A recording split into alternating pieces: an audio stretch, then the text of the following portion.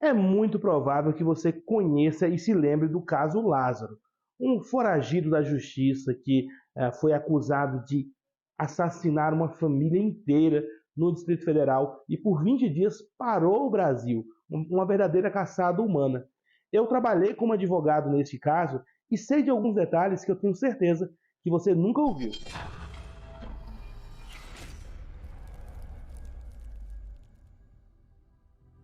É muito provável que você não me conheça, então deixa eu me apresentar.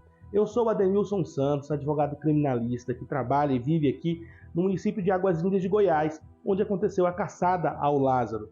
Eu trabalhei como advogado neste caso, defendendo o rapaz que foi preso dias antes do Lázaro ser morto, o Alain Reis de Santana, conhecido como Caseiro, na fazenda onde o Lázaro estaria. Eu tenho aqui reunido diversos vídeos e relatos que não foram veiculados na imprensa. Então, são histórias que a maioria das pessoas desconhece. Esse caso do Lázaro, ele é muito famoso no Brasil inteiro e aqui na cidade de Águas Lindas ainda desperta a curiosidade de muitas pessoas. Então, sempre que eu estou em algum local, as pessoas me perguntam: e o caso Lázaro, o que aconteceu? E eu percebo que nós temos algumas informações que as pessoas, em geral, não têm porque não foi veiculado pela mídia. Eu vou mostrar daqui a pouco que eu concedi uma entrevista à TV Band, sequer foi veiculada, e com informações muito importantes, né, sobre como que estava o nosso cliente, o que aconteceu na fazenda. Então, nós vamos trazer aqui elementos e histórias novas sobre esse caso tão intrigante que é o caso Lázaro, tá certo? Eu quero lembrar para você de se inscrever no canal, curtir o vídeo, e a qualidade da gravação, da entrevista, do áudio do vídeo não está muito boa. Mas se você tem interesse em saber sobre o caso Lázaro, vai gostar. Teria estado ali como já foi notoriamente divulgado aí pela imprensa. Quando foi o último avistamento do Lázaro pelo seu cliente? Na quinta-feira, né? Conforme consta do depoimento dele na delegacia do flagrante, na quinta-feira ele disse que teria visto, teria escondido, e aí teria uma diligência da polícia para localizar o Lázaro ali, inclusive com helicópteros, e ele viu o Lázaro ali e o Lázaro fugiu para a região de mar. E por que ele não avisou antes a polícia? Bom, isso ficou claro lá na audiência de custódia, por isso que ele foi solto.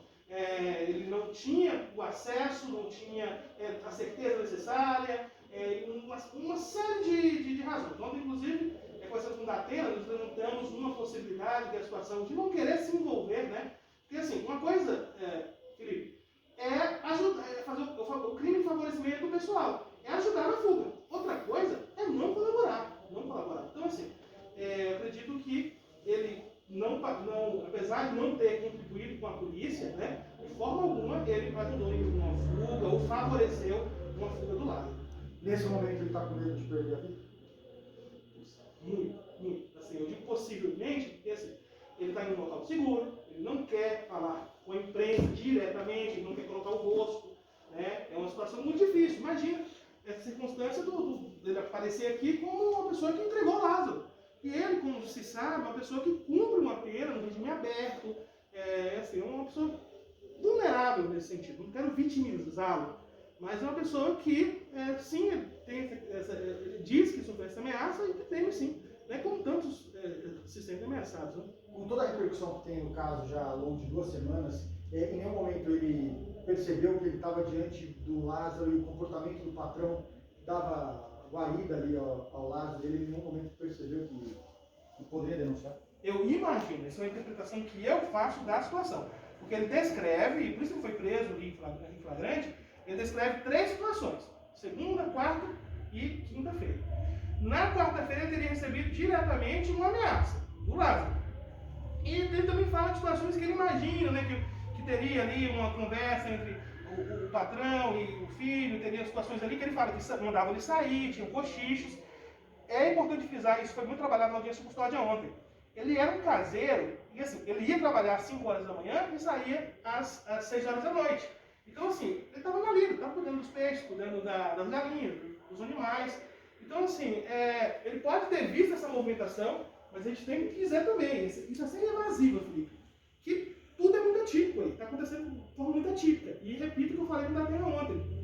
Pode ser que ele viva uma pessoa, pode ser o Lázaro ou não, né? Agora, pelas circunstâncias todas, né, pode sim acreditar que era o Lázaro, né? Mas aí o senhor disse que ele revela que sofreu uma ameaça do Lázaro. Sim, sim. Como é que ele está com essa dúvida? Na quarta-feira. Ou não é o Lázaro? Como eu falei, uma interpretação que a defesa faz, esse fato, ele no depoimento dele de forma muito clara, né? Ele disse que é o Lázaro, mas assim, ele responde perguntas da polícia. A polícia estava procurando o Lázaro naquela região, estava tendo dificuldades ali, e aí assim, é o Lázaro. Ele responde que sim, que é o Lázaro, né? Agora, nós não podemos, assim, apesar de acreditar nele, eu não posso assim, dar uma certeza absoluta que é o Lázaro, que o fazendeiro dava guarida ao Lázaro, isso a gente não pode afirmar. Né? Da mesma forma que eu não faço a defesa do senhor Elmir Caetano, eu também não estou aqui para acusá-lo e tudo mais. Mas ele dá alguma característica do Lázaro? Sim, essas características. A roupa, né? Uma peculiaridade seria aquela questão do tiro, do disparo de arma de fogo que o Lázaro havia sido vítima por um caseiro também, que estaria mancando, né? São peculiaridades, são situações. Eu trago aqui uma observação, né? Que são perguntas que podem ser feitas. Qual a roupa dele era assim? Sim, era. Então, assim, na delegacia de polícia, diferente da audiência de custódia, né? A gente não tem um controle, não era eu quem estava lá. Se eu estivesse lá na audiência, estava sendo muito bem assessorado, está por escrito ali. A gente tem uma história ali, que até mesmo pela forma do senhor Alain falar, a gente vê que ali não é o jeito que ele fala ali, né? Que ele tem áudios, tem gravações do jeito que ele fala. E assim, a narrativa, ela quando é feita na audiência de custódia, e explico que não é a orientação da defesa, a defesa nem teve esse tempo para poder, não tem como, ele fala isso, faz aquilo, né? Ele futuramente, se quiser falar, passado isso, né, que a gente quer mostrar, Felipe, que o senhor Alain, apesar de ter um histórico, ter antecedentes criminais, ele não é um criminoso, ele é um cidadão de bem, um pai de 6 filhos, homem casado, que trabalhava aqui no Girassol, e que não tem nenhuma ligação com o Lázaro. Ele não é uma pessoa perigosa, não precisa as pessoas se sintam assim, foi feita uma injustiça, um vagabundo está na rua, como a gente ouve por aí. Então, assim, ele não tem ligação com o Lázaro, é isso que a gente quer provar daqui para frente. Ele, em algum momento, escreve alguma outra coisa que não está em depoimento? O senhor sugere até que percebe uma certa diferença do depoimento dele na delegacia para a audiência de custódia. Então, vou reformular a pergunta. O senhor acredita que ele foi induzido pelos policiais, talvez, para colaborar com a narrativa? Não, de forma alguma. As autoridades policiais fazem um brilhante trabalho, estão empenhados, é um caso realmente muito difícil. São detalhes, e inclusive até o trabalho da imprensa. Por que é importante ele falar com a imprensa? Porque os senhores farão perguntas pertinentes e importantes para ajudar a solucionar o caso, do ponto de vista acusatório, do ponto de vista defensivo, mas do ponto de vista principal, que o que todo mundo quer aqui? Capturar o Lázaro. Tá certo. Então, só para a gente finalizar, então, o Alain, ele sai da condição de réu, de preso, de um suspeito, para a condição de um auxiliador da polícia nacional. Possivelmente.